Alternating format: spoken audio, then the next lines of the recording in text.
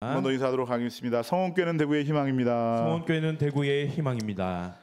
오늘 우리는 2023년도의 마지막 주일을 맞이하게 되었습니다. 2023년도도 하나님께서 저와 여러분 우리와 함께 하신 줄로 믿습니다. 여러분, 우리 하나님은 도우시는 하나님이십니다. 오늘 우리가 잘 아는 말씀이 나왔는데요, 놀라지 말라, 두려워 말라, 이렇게 말씀하시면서 내가 너를 도와주리라, 이렇게 말씀하셨는데요, 저는 하나님께서 올해도 하나님께서 도우시는 하나님, 축복하시고 우리를 붙잡아 주시는 하나님으로 우리 여기까지 오셨거니와 2024년도도 여러분을, 여러분의 가정을, 여러분의 자녀를 도우시는 능력의 아버지가 될 줄로 믿습니다. 자, 하나님은 계속해서 우리에게 도우시는 하나님, 도우시는 하나님. 우리 하나님이 말씀하시는 바가 무엇인 것입니까? 내가 네 곁에 있다는 거예요. 너를 떠나지 않는다는 거예요. 네 곁에 있을 뿐만 아니라 너를 도우며 너를 붙들어 줄 것이다. 나는 내 하나님이다. 엄마가 아이를 그냥 두지 않는 것처럼 너를 그냥 두지 않고 온전하게 붙잡을 것이다. 그렇게 말씀하고 있는 것입니다. 자, 그렇다면 하나님이 우리를 어떻게 도우시느냐? 여러분, 오늘 우리의 하나님, 도우시는 하나님에 대한 이 사고, 이 개념이 열려있는 것과 열려있지 않은 것과 천지차이예요. 이 개념도 열려있지 않으면 하나님이 그 통로를 통해서 찾아오시지 않습니다. 아, 하나님은 이렇게도 도우시고 저렇게도 도우시고 이렇게 도우십니다. 그러니까 그 방면으로 기도를 할 거 아니에요? 그러니까 그 기도의 응답이 우리에게 찾아오기 시작하는데, 우리의 삶 가운데 구석구석 살피시고 도우시는 그런 하나님으로 그렇게 다가오고 있다는 것입니다. 자, 하나님의 도우심에 관한 이야기는 성경 전체 속에서 살펴보면서 이해하는 것이 매우 유익한데요, 먼저 오늘 본문에 나와 있는 9절 10절 말씀을 우리 함께 먼저 보도록 하겠습니다. 시작. 내가 땅끝에서부터 너를 붙들며 땅 모퉁이에서부터 너를 부르고 내게 이르기를 너는 나의 종이라. 내가 너를 택하고 싫어하여 버리지 아니하였다 하였노라. 두려워하지 말라. 내가 너와 함께함이라. 놀라지 말라. 나는 내 하나님이 됨이라. 내가 너를 굳세게 하리라. 참으로 너를 도와주리라. 참으로 나의 의로운 오른손으로 너를 붙들리라. 아멘. 여러분, 이 말씀을 여러분의 것으로 받을 수 있기를 주님의 이름으로 축원합니다. 두려워 말라. 놀라지 말라.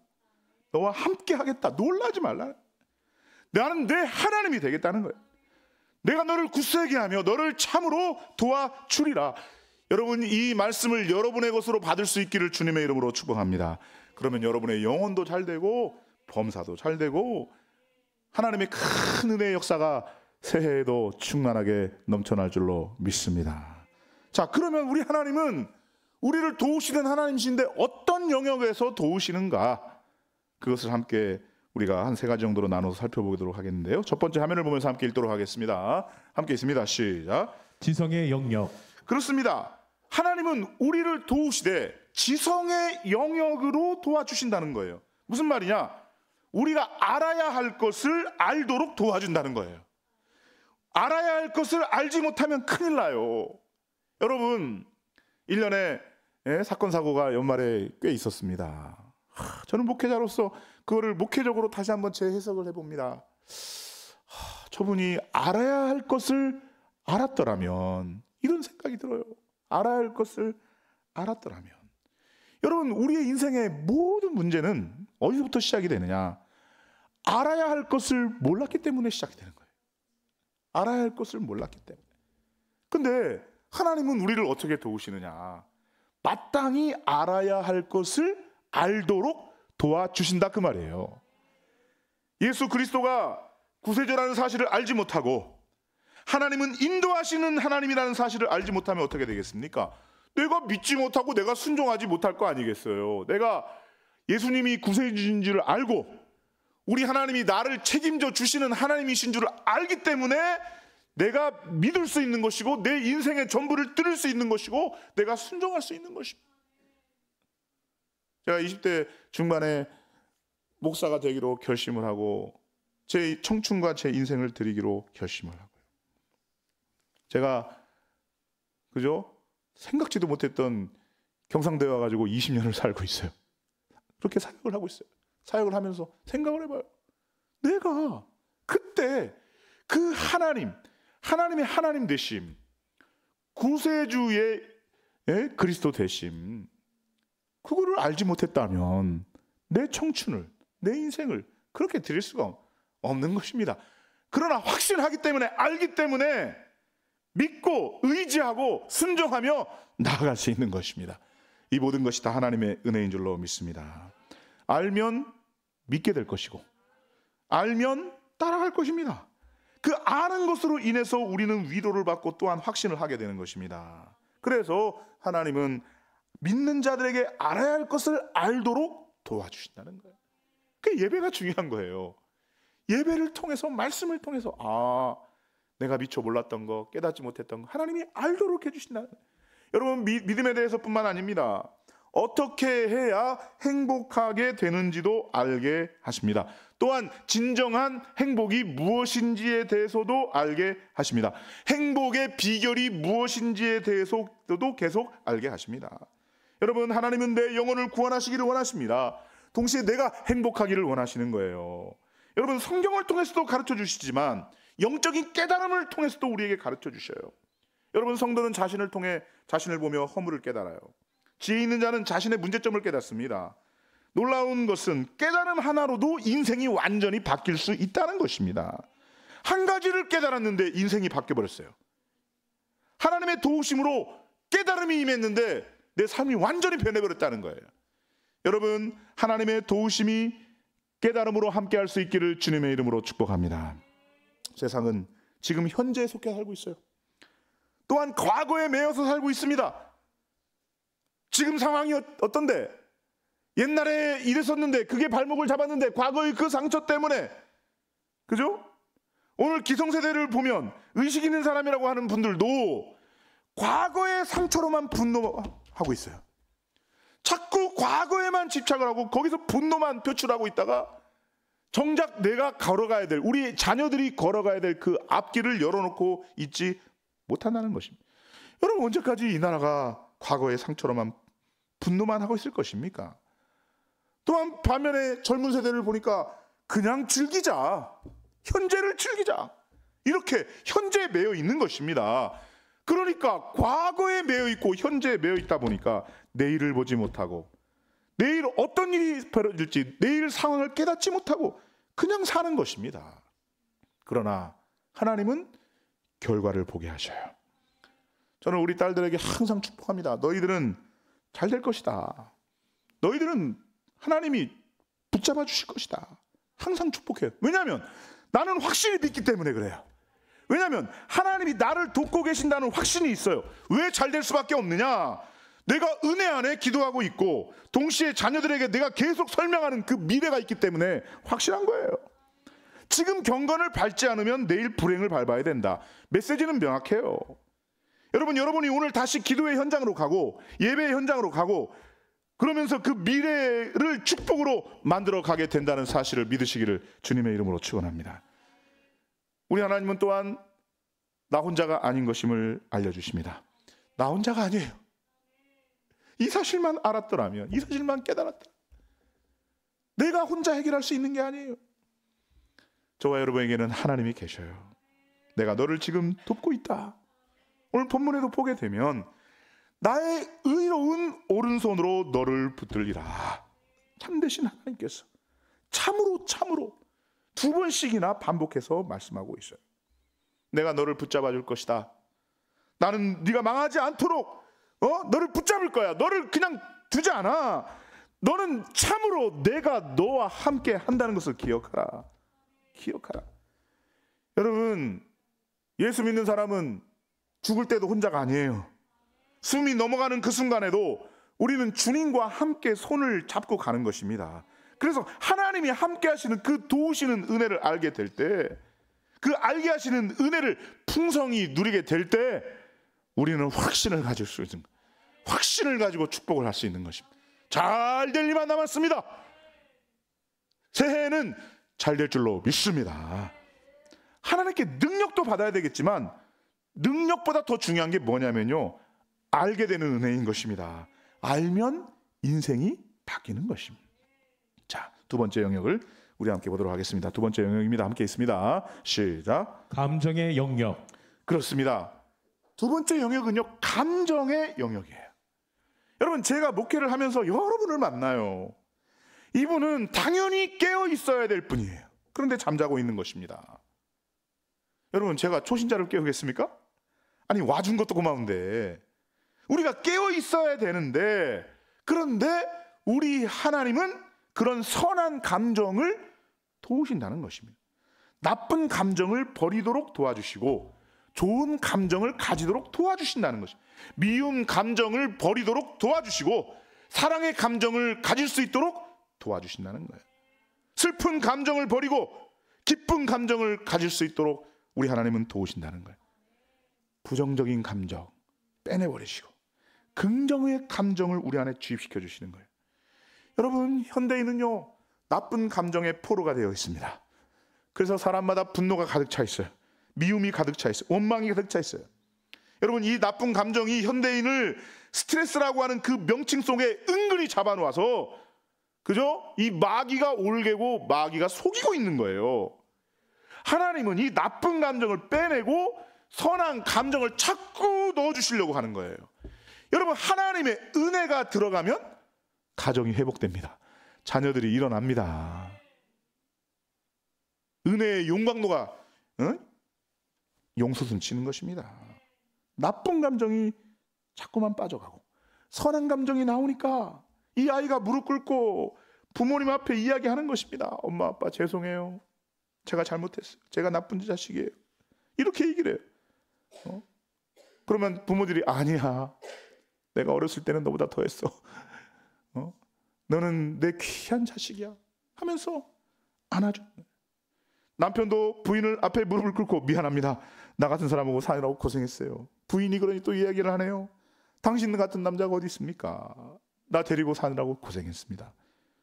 그렇게 사랑이 깊어지는 것입니다. 여러분, 엄마의 특징은 부드러움이에요. 엄마의 특징은 부드러움. 근데 하나님의 특징도 부드러움이에요. 우리를 엄마가 아이를 부드럽게 대하는 것보다도 더 부드럽게 하나님이 우리를 아이 대하듯이 대하는 것입니다. 어루만져 주시는 것입니다. 여러분, 엄마가 아이를 안을 때 막 거칠게 막 던져가면서 그냥 들쑥들쑥하면서 그렇게 하지 않습니다. 가장 부드럽게 얘 알겠다. 보채지 마라. 젖을 준다. 기저귀 갈아줄게. 사랑한다. 그렇게 하듯이 하나님은 부드럽게 우리를 안아주시면서 얘야, 너 안다. 너 속상한 것도 알아. 참은 것도 알아. 네가 손해본 것도 알아. 그러나 네가 잘한 거야. 그렇게 마음의 위로를 하시면서 나쁜 감정을 다 빼내시고 독소를 다 빼내시는 것입니다. 그리고 선한 감정을 집어넣어서 사랑이 없던 자에게 사랑하게 하시고 원망하던 자에게 감사하게 하는 것입니다. 그래서 예수 믿는 사람은 연수가 더하면 더할수록 부드러워지는 것입니다. 크리스찬의 영성은 어디에 도착하냐? 부드러움의 영성에 도착하는 것입니다. 용서를 잘해주고 품어주고 잘못했습니다. 가서 말 한마디 하고, 그죠? 그래 미안하지. 억지로 하는 말 아니고 실제로 내 마음속에서 선한 감정을 내면서 도와주셨기 때문에 자녀들을 주 안에서 잘 길러야 되는 거예요. 그렇지 않으면 나쁜 감정이 이 아이들을 사회의 문제로 만들거나 가정의 문제로 만들고요, 인생의 문제가 되는 거예요. 거기서 그 차이가 막 극명하게 드러나는 거예요. 이 아이가 가지고 있는 장점과 은사를 잘 믿음으로 보완해주고 잘 양육하고 이러면 정말 유능한 믿음의 아들, 딸들이 될 수가 있는데, 그때 감정 처리를 잘못해가지고 그때 중2 때, 그때 중3 때 그 감정 처리를 잘못해가지고 삐껴져 나가는 거예요. 그래서 문제가 되고 가정의 문제가 되고 부모와 대화가 단절되고 그렇게 하는 것입니다. 그렇게 하는 거예요. 여러분, 예수 안에서 반드시 은혜 받은 아이로 키워야 돼요. 그러면 하나님이 도와주셔요. 나쁜 감정을 처리하도록 도와주신다고요. 그러니까 나쁜 감정이 더 이상 자라나지 못합니다. 선한 감정이 들어오게 되니까 선한 감정으로 까르르 아이고, 애가 들어오면 그냥 그 나이 때는요, 그냥 뭐 기침만 해도 웃는 나이예요. 제가 설교를 해보면 알아요. 설교를 해보면 청년들 앞에 가서, 청소년들 앞에 가서 안녕 이러면 막 뒤로 넘어가요. 그 감정이 그냥 가장 풍성한 그 시대예요. 지난주에 우리 보셨잖아요. 유초등부 아이들 그냥 고개만 돌려도 목사님 막 이러면서 감정, 선한 감정, 까르르 까르. 웃으면 잘 되는 거거든요. 인생은 웃으면 잘 됩니다. 최고의 웃음으로 여러분 자녀들에게, 배우자에게, 가정 안에서 여러분 하나님의 얼굴을 나타내시기를 바랍니다. 하나님께서 우리의 감정을 도우시는데 또 다른 영역은 한 차원 더 높아요. 은혜의 영역이에요. 은혜의 영역. 지금까지 말씀드렸던 감정은 그냥 은혜, 일반 은총의 영역이라면 이거는 특별 은총, 은혜의 영역이 있어요. 다시 말하면 하나님께서 우리로 하여금 은혜에 대해서, 하나님의 은혜에 대해서 감동을 받도록 도와주신다는 것입니다. 여러분, 은혜가 감정의 영역으로 영입이 됩니다. 감동은 감정의 영역을 통해서 들어오는 것입니다. 다른 사람들은 다 감동을 못 받는데 하나님이 감정을 도와주시는 사람은 벌써 막 찬송만 불러도 감동이 오는 것입니다. 제가 예전에 성도님 그 간증 고백 들으면서 그냥 예배당 안에 문턱문만 밟아도 은혜가 됩니다. 얼굴만 봐도 은혜가 됩니다. 그런 얘기를 하더라고요. 제가 그래서 여러분들의 가끔씩 이렇게 제가 옆에 분과 인사말로 제가 선포를 하잖아요. 그죠? 여러분, 우리 교회 오시는 분들 문턱문만 밟아도 은혜 받게 될 줄로 믿습니다. 얼굴만 봐도 은혜가 돼요. 얼굴만 봐도 은혜가 됩니다. 그 감정을 도우시는 분은 하나님이시라는 거예요. 찬송을 불렀는데 거기서부터 막 은혜가 쏟아지기 시작해요. 벌써 감동이 솟구쳐요. 하나님의 은혜에 대해서도 하나님의 도우심을 받는 사람은 감격, 감동, 그 구절만 생각해도 그 말씀만 생각해도 감동이 넘쳐나는 것입니다. 그러므로 그리스도인들은 선한 감정으로 살아가는 사람들이에요. 여러분, 선한 감정에는 참 기쁨이 있고요, 선한 감정 안에 나쁜 감정이 살아있는 것이 아닙니다. 좋은 감정으로 살아있습니다. 기쁨, 감격, 고마움, 사랑. 그 선한 감정이 노래를 만드는 거예요.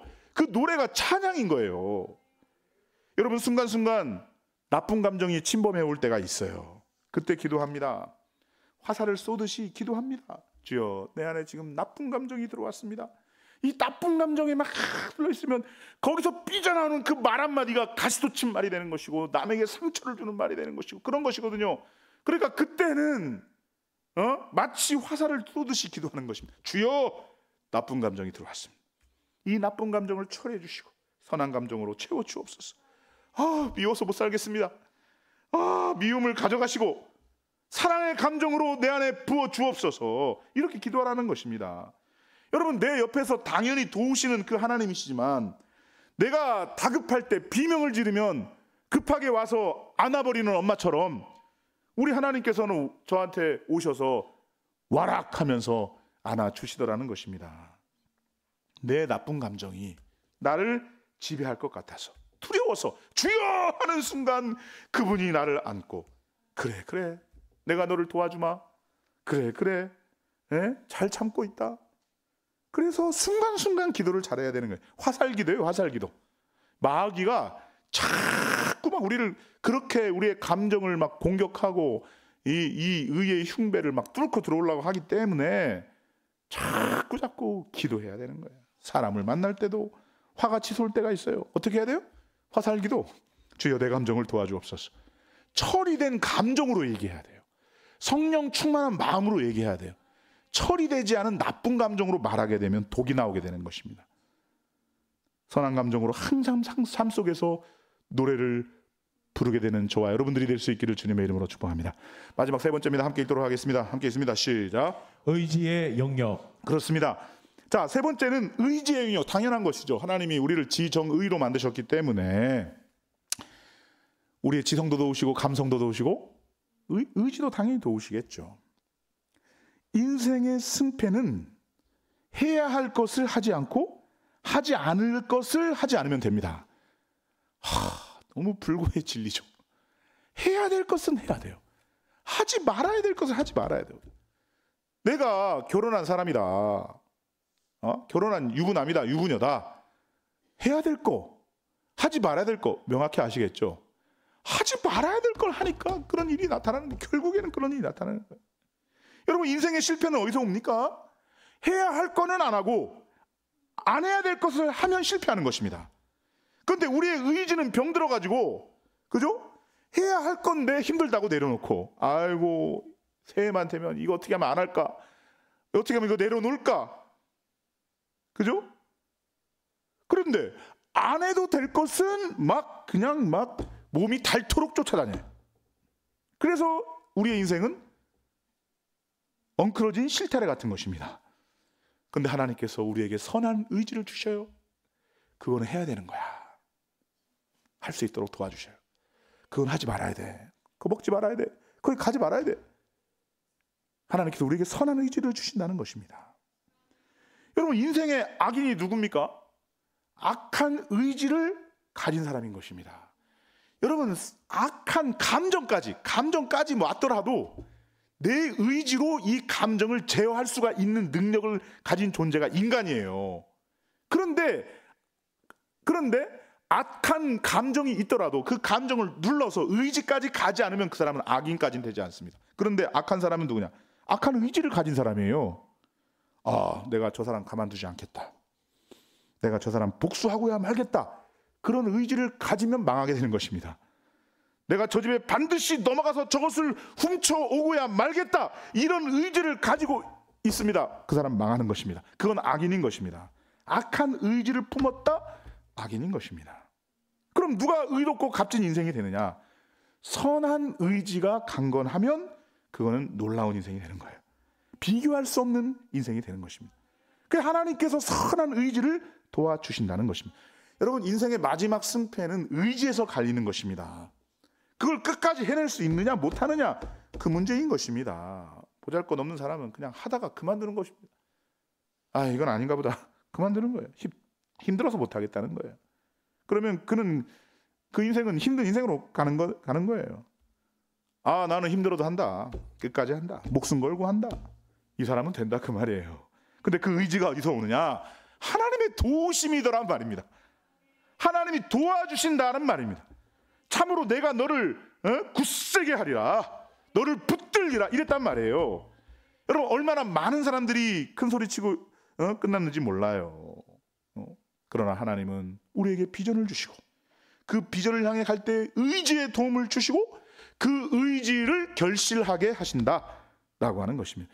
여러분, 인생의 날개는 의지인 것입니다.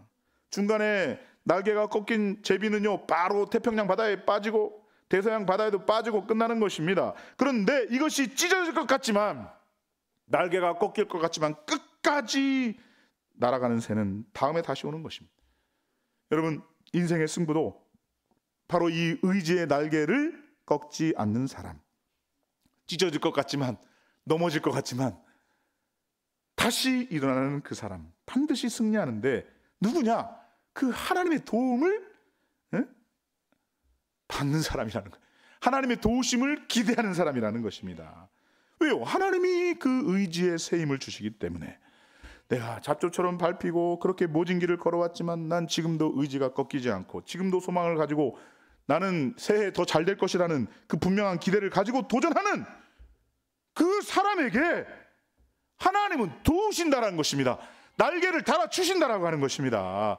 저는 새해 여러분의 가정에, 여러분의 자녀들에게 이런 시온의 대로, 축복의 대로가 열릴 수 있기를 주님의 이름으로 축원합니다. 우리 하나님께서는 우리 인생에 지정의를 주셨어요. 하나님이 도우셔야 돼요. 도우셔야 그 기능을 발휘할 수 있는 거예요. 지적 기능, 감성적 기능, 의지적 기능, 이 모든 것이 다 하나님의 도우심 가운데 있다는 것입니다. 능히 도우시는 하나님, 우리를 붙잡아 주시는 하나님, 그 하나님을 바라보며 의지하며 하나님으로부터 위대한 일을 기대하며 승리와 축복의 날개로 새해 2023년도를 4년도를 믿음으로 전진하시는 저와 여러분들이 다 될 수 있기를 주님의 이름으로 축원합니다. 다 함께 자리에서 일어나셔서 찬양하도록 하겠습니다. 내가 누려왔던